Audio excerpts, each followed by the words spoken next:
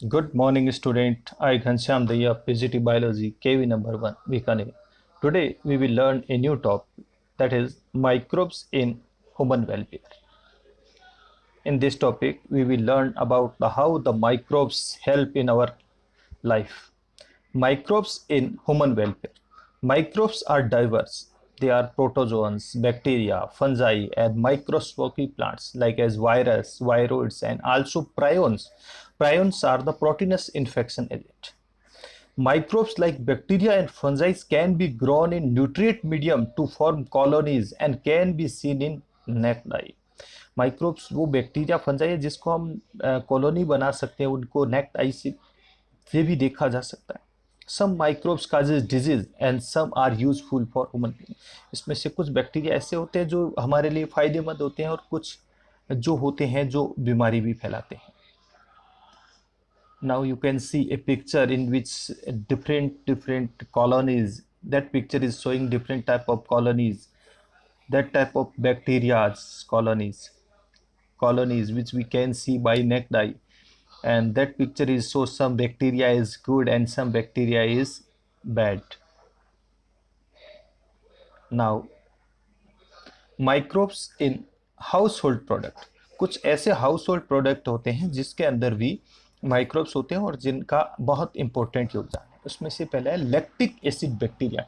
It is also known as LAB, lab. Lactic acid bacteria grow in milk and convert it to the curd. Lab produce acid that coagulate and partially digest milk protein. A small amount of curd added to the fresh milk as in columns or starter. Lab improved nutrition quality of the milk by increasing vitamin B12. इसके द्वारा vitamin B12 भी बढ़ता है. Lab play very important role in checking disease causing microorganism. You can see a pictures which is showing lactobacillus bacterias. They are grow in the milk and convert into the curds. Okay, it increase the nutrition quality by increasing the vitamin B12. Now duff. It is used to make dosa और इडली. आपको पता है जब डोसा और इडली बनाया जाता है तो उसमें जो डफ होता है उसके अंदर कुछ उसको फर्मेटेड किया जाता है. तो उसके लिए जिसके कारण क्या होता है, डफ से उस दौरान कार्बन डाइऑक्साइड का प्रोडक्शन होता है. तो उसके अंदर कुछ एक बेकर यीस्ट मिलाई जाती है, that is known as saccharomyces cerevisiae. It's use to making bread. Toddy एक ट्रेडिशनल ड्रिंक है जो कि साउथ पार्ट में बनाई जाती है, जिसमें क्या किया जाता है, जो पाम होता है उसके जो सैप है उसको फर्मेंटेड किया जाता है. इसको एज ए ट्रेडिशनल ड्रिंक के रूप में भी इसको काम में लिया जाता है. You can see that picture with showing Todi.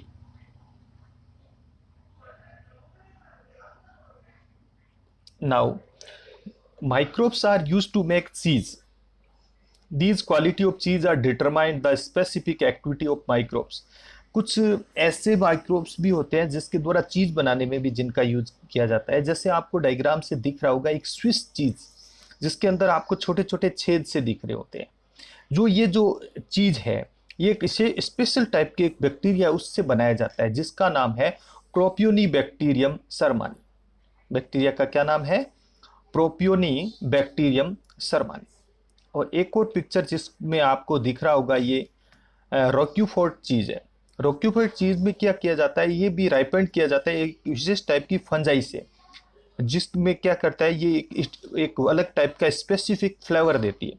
रोक्यूफोर्ट चीज ये एक स्पेसिफिक फंजाई से बनाया जाता है. Now microbes in industrial product. Microbes का इंडस्ट्रियल प्रोडक्ट है, यानी इसके बहुत बड़े लेवल पे इससे चीज़ें बनाई जा सकती है. यानी microbes are use in industry to synthesise a number of product. Beverage and antibiotics ऐसे कुछ एग्जांपल है जो इंडस्ट्रियल लेवल पे बनाए जाते हैं. Microbes are grown in very large vessels. आपको पता है ये डायग्राम देखिए, बड़े बड़े जो दिख रहे हैं ये इनको फर्मेंटर कहते हैं. इसके अंदर लार्ज स्केल पे बेवरेज और लार्ज स्केल पे एंटीबायोटिक्स बनाने में यूज किया जाता है. ये कुछ बेवरेज के पिक्चर्स हैं. नाउ फर्मेंटेड बेवरेज, ये कुछ बेवरेज है जो बनाई जाती है। फर्मेंटेड बेवरेज, तो फर्मेंटेड जो बेवरेज है वो सैक्रोमाइसिस सिरविसिस जो कि एक यीस्ट है उससे बनाई जाती है। इसमें क्या किया जाता है, फर्मेंटिक जूस होता है उसको, या जैसे ये आप डायग्राम देखें जिसमें ये ग्रेप्स है या सिरेवल्स हैं, और इसके अंदर ये जो आप डायग्राम देख रहे हो यीस्ट जो कि सैक्रोमाइसिस सिरेविसिस है, उसके द्वारा विशेष टाइप की बेवरेज बनाई जाती है जिसको एज ए वाइन के रूप में पिया जाता है, यानी एक एथेनॉल है। Depending on the type of the raw material, किस टाइप का रॉ मटेरियल यूज किया जाता है फर्मेंटेशन में और किस टाइप की प्रोसेसिंग होती है। प्रोसेसिंग का मतलब होता है कि उसको डिस्टिलेशन किया गया है या विदाउट डिस्टिलेशन किया जाता है, तो इस टाइप के आधार पर होती है। जैसे वाइन और बियर जो होती है, वाइन और जो बियर है वो विदाउट डिस्टिलेशन के डेवलप होती है, जबकि विस्की और जो ब्रांडी है वो जो डिस्टिलेशन से बनाई जाती है उसको। तो ये कुछ फर्मेंटेड बेवरेज है। Now antibiotics, antibiotics are the chemical substance which are produced by some microbes and can kill और retard the growth of other microbes. Antibiotics क्या होता है, किसी माइक्रोब से ली बनाई जाती है और माइक्रोब किसी दूसरे माइक्रोब्स के अगेंस्ट ही उसको यूज किया जाता है, तो उसको बोलते हैं एंटीबायोटिक। उसको क्या बोलते हैं, एंटीबायोटिक। फर्स्ट एंटीबायोटिक जो डिस्कवर की गई थी, जो कि एक अलेक्जेंडर फ्लेमिंग ने डेवलप की, जिसका नाम है पेनिसिलिन। पेनिसिलियम जो कि पेनिसिलियम नोटेटम फंजाई है उससे डेवलप की गई। अलेक्जेंडर फ्लेमिंग ने जब वो काम कर रहे थे स्टेफाइलोकोकाई बैक्टीरिया के ऊपर जब काम कर रहे, तो उन्होंने देखा कि एक प्लेट के अंदर इस टाइप से, ये पिक्चर देखिए जिसमें ये पेनिसिलियम है, पेनिसिलियम नोटेटम के द्वारा पेनिसिलिन है, और ये जो ग्रोथ दिख रही है वो बैक्टीरिया की। आप देखोगे इस साइड के अंदर जहां जहां तक पेनिसिलियम है वहां बैक्टीरिया ग्रोथ नहीं कर पा रहा था। इसीलिए इस टाइप से एंटीबायोटिक्स किसी ऑर्गेनिज्म से, माइक्रो ऑर्गेनिज्म से प्राप्त की गई और माइक्रो ऑर्गेनिज्म के अगेंस्ट इसको काम में लिया गया। Antibiotic have greatly improved our capacity to treat deadly disease such as plague, whooping cough, diphtheria and leprosy. बहुत सारी एंटीबायोटिक्स जो यूज की जाती है प्लेग के विरुद्ध, वूपिंग कफ, डिप्थीरिया और leprosy.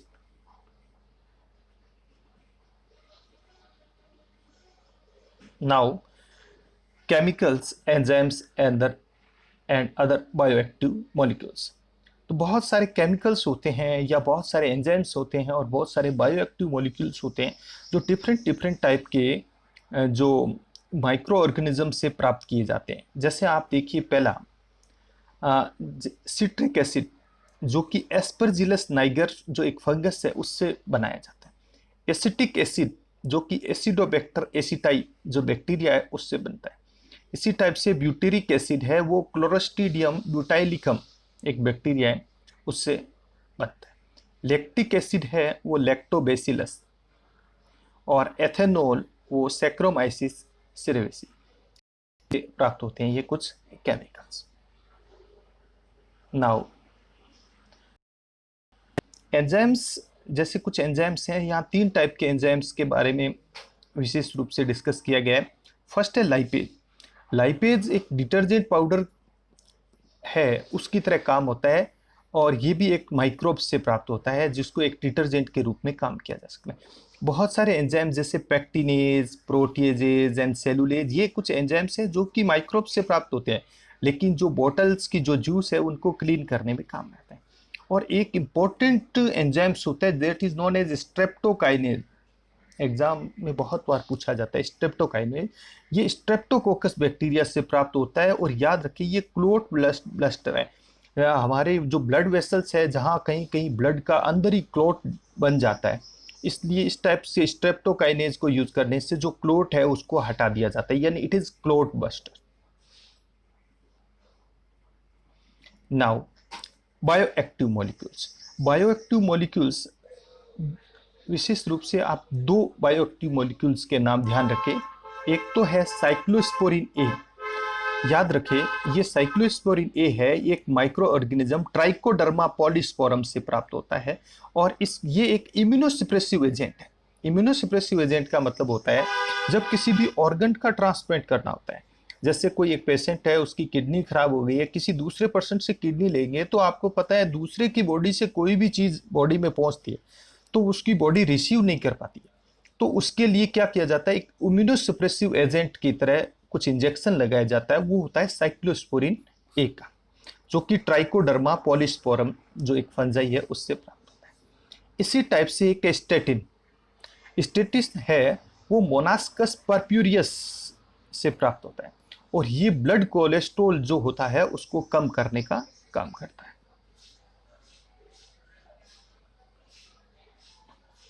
Now microbes in sewage treatment.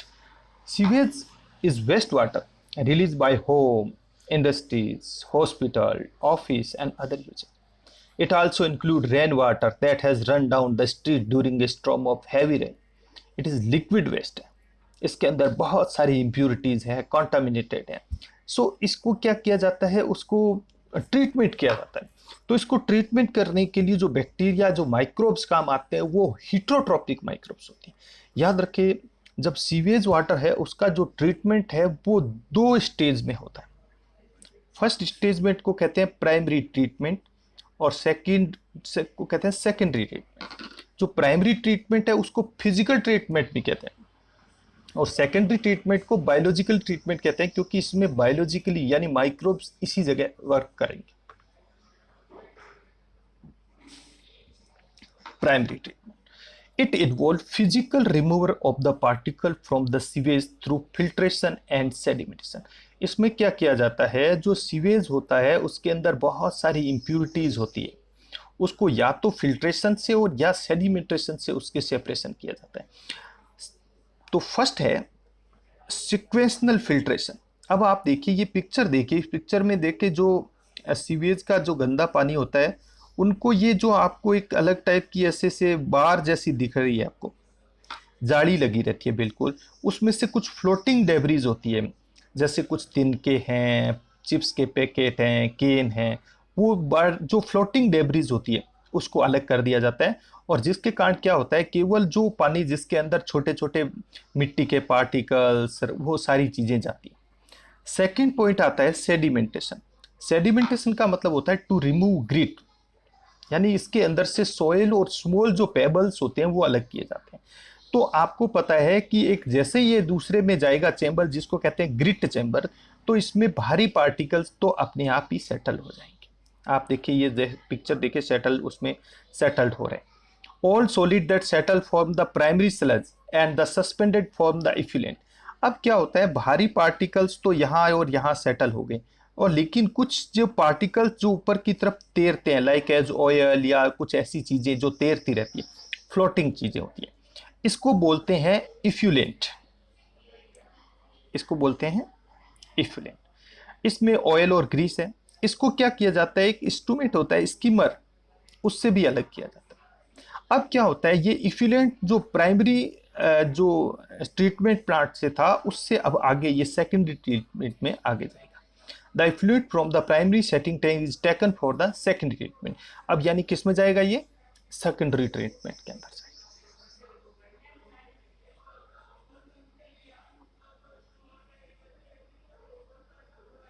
Now secondary treatment it is also known as biological treatment. नाम से स्पष्ट है कि यहाँ माइक्रोब्स के थे। तो सबसे पहले क्या होता है, प्राइमरी जो इफ्लुएंट था जैसे ही इसके अंदर जाएगा तो सबसे पहले एक एरिएशन टैंक, आप ये पिक्चर देखिए, इस पिक्चर में क्या होता है, एरिएशन के लिए पंप लगे रहते हैं, यानी इस जगह हवा को डाला जाता है प्रेशर के साथ। हवा डालने पर क्या होता है, इसमें एरोबिक जो माइक्रोब्स होते हैं वो संख्या में बढ़ जाते हैं। ये देखिए एरोबिक बैक्टीरियाज, माइक्रोब्स इनटू फ्लॉक्स, फ्लॉक्स का मतलब ग्रुप में इकट्ठे हो जाते हैं। वाइल ग्रोविंग, जब ये माइक्रोब्स ग्रो करेंगे तो ये क्या कर देंगे, जो उस इफ्यूलेंट के अंदर जो मेजर ऑर्गेनिक पार्ट था उसको कंज्यूम करना स्टार्ट कर देंगे, जिसके कारण क्या हो जाएगा, बीओडी का जो लेवल होता है, एक टर्म याद रख लेना, बीओडी। बीओडी का मतलब होता है बायोलॉजिकली ऑक्सीजन डिमांड, उस जगह रिड्यूस हो जाएगी, क्योंकि ज्यादा से ज्यादा वो ऑक्सीजन को यूज करेंगे तो वहां ऑक्सीजन कम हो जाएगी। BOD is the measure of the organic matter present in the water. The greater the BOD of the waste water more it is polluted. जिस जगह की बीओडी जितनी ज्यादा होगी, याद रखें, उस जगह का वाटर उतना ही पोल्यूटेड होता है। ये पिक्चर्स देख सकते हैं आप, इसमें एरिएशन टैंक, एरिएशन है, हवा डाली के जाए माइक्रोब्स को बढ़ाया जाता है। Now greater the BOD of the waste water, more it is polluting potential. Once the BOD of sewage reduces significantly, the effluent is then passed into the setting tank where the bacteria floc are allowed to sediment. जैसे ही BOD का value down हो जाता है, उस पानी को उसके अंदर, फ्लोक्स के अंदर डाला जाता है।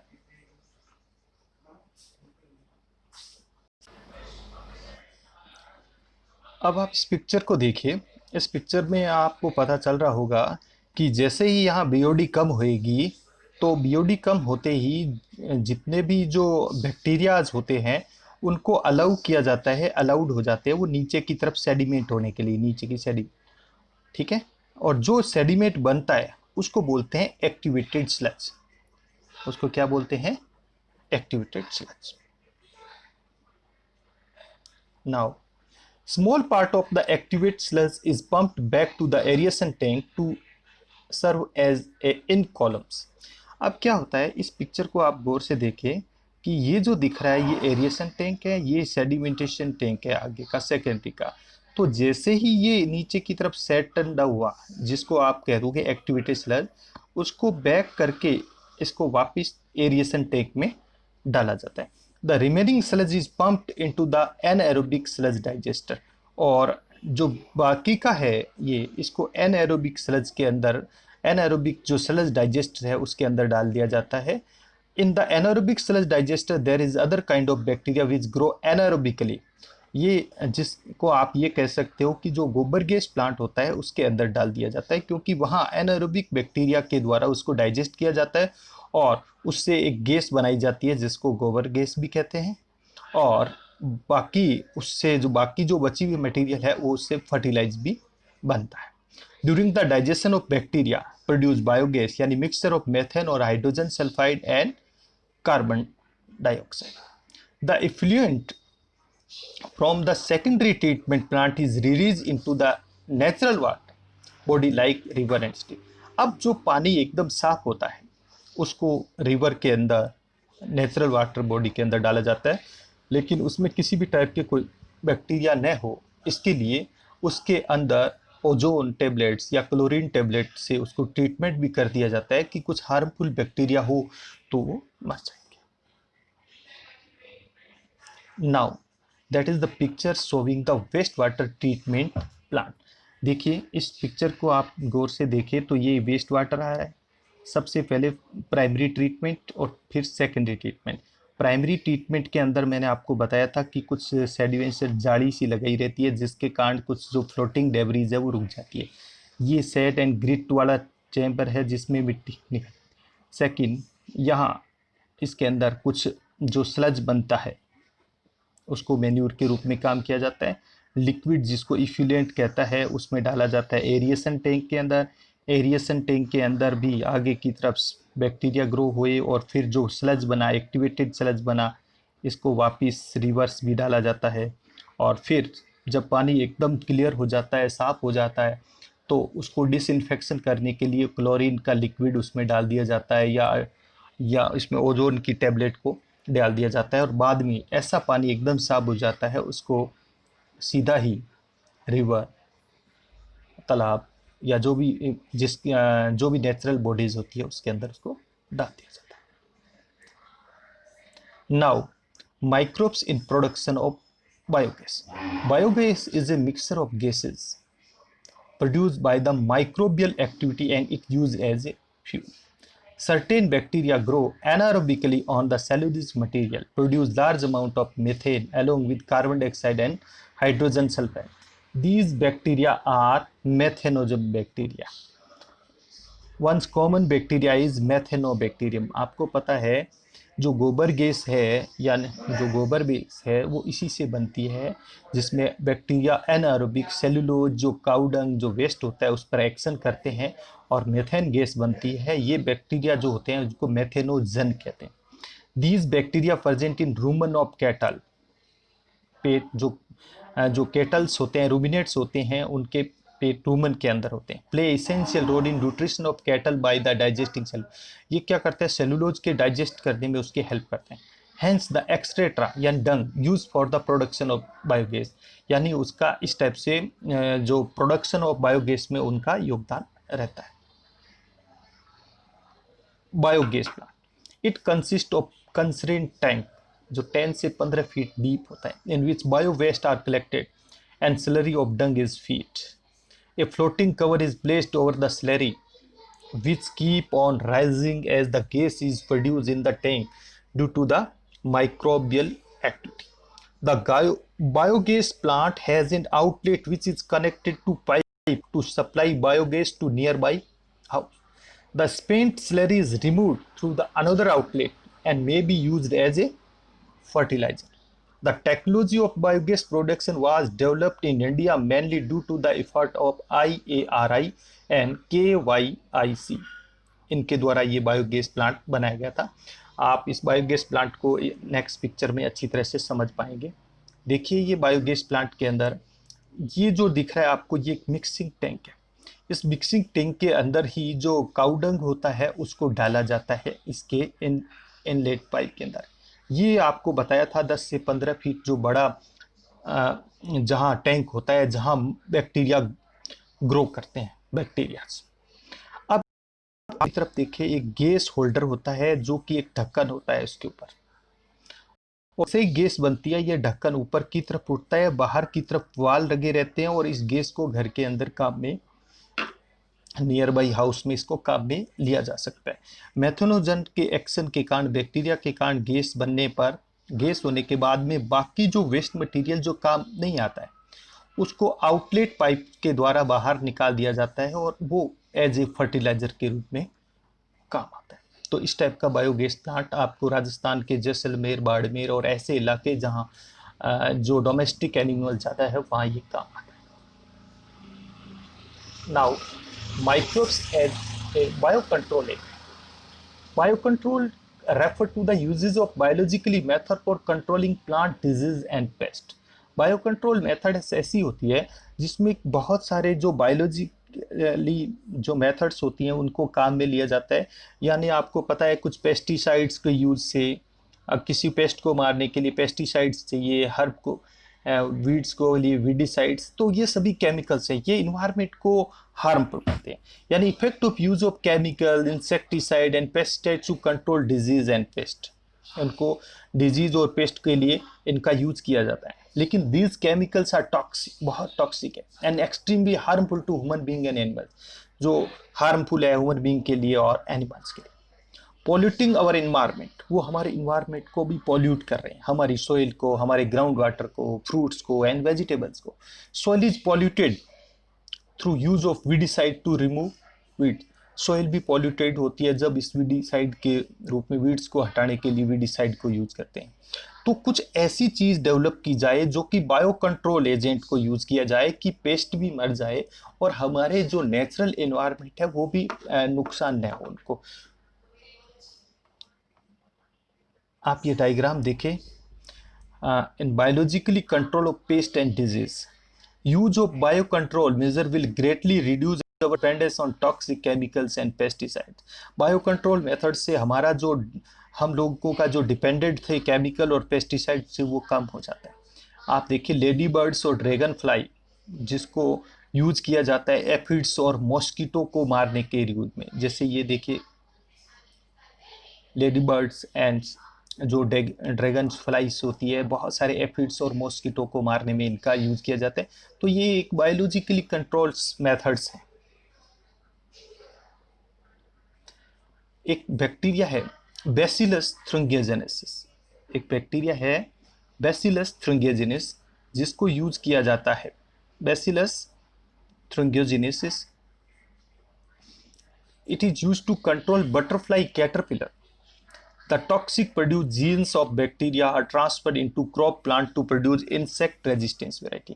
इसमें क्या किया जाता है कि जो बेसिलस थ्रिंगियोजेनेसिस है एक बैक्टीरिया, उसके जीन को किसी प्लांट की, जैसे कॉटन प्लांट है उसकी क्रॉप के अंदर इंटीग्रेटेड कर दिया जाता है। और ऐसी प्लांट को अगर कोई इंसेक्ट कैटरपिलर खाता है तो वो कैटरपिलर या उसके इंसेक्ट खाते हैं तो वो डेड हो जाते हैं, क्योंकि उनकी जो गले के अंदर इस टाइप की सूजन आ जाती है कि वो और खा नहीं पाते, तो कुछ समय बाद वो मर जाते हैं। तो इस टाइप से भी कुछ माइक्रोब्स है, उनका यूज किया जाता है और इस टाइप से फसलों को बचाया जा सकता है। ऐसे ही बात करें हम ट्राइकोडर्मा। ट्राइकोडर्मा क्या है? एक फ्री लिविंग फंगस है। इसको भी यूज किया जाता है कि प्लांट के अंदर बहुत सारी जो डिजीज होती है उसके विरुद्ध अगेंस्ट किया जाता है। ऐसा ही एक और है baculovirus. Baculovirus are pathogens that are attack insect and other arthropod. जो क्या है, बहुत सारे इंसेक्ट और आर्थ्रोपोड पे अटैक करता है जो प्लांट को खाते थे एज ए पेस्ट के रूप में। These viruses are excellent candidate for specific species specific narrow spectrum insecticidal application। इसका मतलब है कि ये जो बेकुलो वायरस था ये स्पेसिफिक है, यानी आर्थ्रोपोडा की कोई विशेष स्पीसीज जैसे कौन से इंसेक्ट का उसी पर एक्शन करेगा। इसके कारण से वो स्पीसीज जो उस फसल को खाती थी वो उसको नहीं खाएगी। आप इस पिक्चर को देख सकते हैं, इसमें बेकुलो वायरस के एक्शन को बताया गया है। These have no negative impact on plants, mammals, birds, species। हाँ, इनका किसी भी टाइप का दूसरे पर इफेक्ट नहीं पड़ता है, यानी उस फसल क्रॉप को अगर कोई एनिमल्स खाएंगे या कोई दूसरे खाएंगे तो उन पर कोई इफेक्ट नहीं है, लेकिन वो उस पर्टिकुलर इंसेक्ट पर असर कर रहा है। This is very useful in integrated pest management, IPM। It is the full form integrated pest management, यानी एक ऐसा तरीका है जिसमें पेस्ट को कंट्रोल करने का तरीका, जिसमें बहुत सारे माइक्रोब्स को यूज़ किया जा सकता है और इससे फसल को बचाया भी जा सकता है और इन्वायरमेंट को भी किसी भी टाइप की कोई हानि नहीं होती। Now microbes as a bio fertilisers. आपको पता है कि कुछ माइक्रोब्स ऐसे बायो फर्टिलाइजर के रूप में यूज करते हैं, यानी कि मिट्टी के अंदर न्यूट्रिएंट की मात्रा को बढ़ाते हैं। यानी bio fertiliser are the organism that enrich the nutrient quality of the soil. The main source of bio fertiliser are bacteria, fungi and cyanobacteria. हम बात करें मान लो बैक्टीरिया की, तो आप जानते होंगे बैक्टीरिया में राइजोबियम एक रूट नोड्यूल्स बनाता है। ये पिक्चर देखिए, आपको छोटे छोटे बहुत सारे इस पिक्चर्स में आपको ये जो दिख रहे हैं नोड्यूल्स दिख रहे होंगे, रूट नोड्यूल्स, ये लेगू होते हैं। इसमें क्या होता है, एक बैक्टीरिया होता है राइजोबियम, ये क्या करता है, इन्वायरमेंट की नाइट्रोजन को फिक्स करता है। नाइट्रोजन फिक्स करने के कारण क्या होता है, प्लांट उस नाइट्रोजन को, जो एटमॉस्फेरिक नाइट्रोजन को ले नहीं पा रहे थे, वो आराम से उसको ले पा रहे हैं और इस कारण से प्लांट की ग्रोथ होती है। ऐसा ही एक और एग्जाम्पल है एजोस्पायरियम एंड एजोटोबैक्टर।